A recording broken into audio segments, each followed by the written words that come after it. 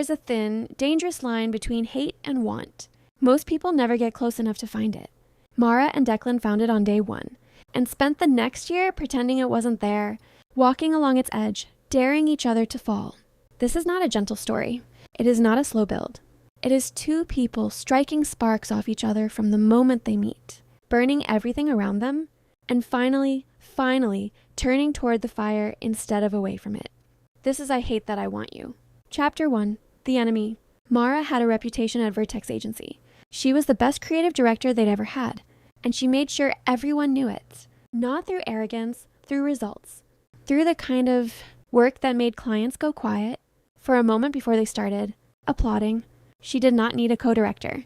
She made this very clear to her boss, very calmly, in what she later described as a professional and measured conversation, and what her boss later described as the most intense 7 minutes of his career.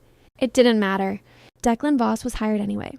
He walked in on a Monday morning like he owned the floor, tall, annoyingly composed, with the kind of quiet confidence that Mara immediately recognized as a challenge. He shook her hand, held it exactly 1 second longer than necessary, and said, "I've heard a lot about you." "All of it true," Mara said, and turned back to her work. He smiled. She didn't see it, but she felt it. That was the beginning of the war. Chapter 2. The War. They were spectacular at hating each other. In meetings, they disagreed on everything: strategy, vision, execution, the correct way to structure a pitch, whether the conference room thermostat was set at a reasonable temperature. They were both always right. They were both always certain. They collided like 2 storms that refused to yield. The rest of the office took bets on who would break first.